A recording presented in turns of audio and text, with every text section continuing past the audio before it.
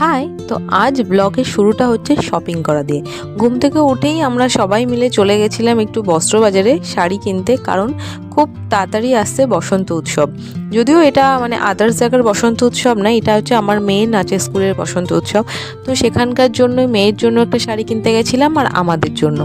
তো প্রচুর দোকান, এখানে আমি ফার্স্ট টাইম আসলাম, এত ভ্যারাইটিস অপশান।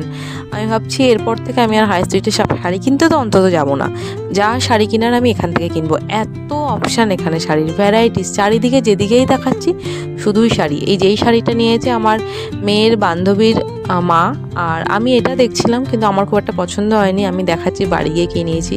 আর এগুলো ওদের নাচের সব জিনিসপত্র, জুয়েলারি, বেল্ট, এইগুলো নিয়েছিলাম।